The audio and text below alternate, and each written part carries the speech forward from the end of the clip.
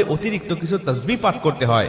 সুবহানাল্লাহ, আলহামদুলিল্লাহ, লা ইলাহা ইল্লাল্লাহ, আল্লাহু আকবার, এই 4টা তাসবিহ একত্রিত করে সুবহানাল্লাহি ওয়াল হামদুলিল্লাহি ওয়া লা ইলাহা ইল্লাল্লাহ আল্লাহু আকবার, এই তাসবিহগুলো, এই বাক্যগুলো এখানে পাঠ করতে হয়।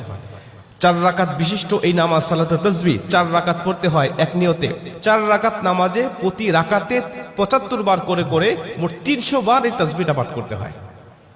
সুবহানাল্লাহি ওয়াল হামদুলিল্লাহি ওয়া লা ইলাহা ইল্লাল্লাহু আল্লাহু আকবার, এই তাসবিহটা, এই দোয়াটা 75 বার করে করে প্রতি 4 রাকাতে মোট 300 বার করে আপনি পাঠ করবেন।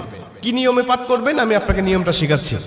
আবু দাউদ শরীফের 1297 নম্বর হাদিসের মধ্যে যে নিয়মটা এসেছে আমি এই নিয়মটা আপনাকে শেখাচ্ছি। আমাদের সমাজে আর বেশ কিছু মানুষ বেশ কিছু নিয়ম বলে, কিন্তু আমি আপনাকে হাদিস থেকে সরাসরি নিয়মটা জানাচ্ছি। এটা আপনি রেকর্ড করে নেন, খাতা কলম থাকলে লিখে নেন, প্রয়োজনে এটা যত সোশ্যাল মিডিয়াতে যাবে, ফেসবুক ইউটিউবে যাবে, এটা আপনি সেভ করে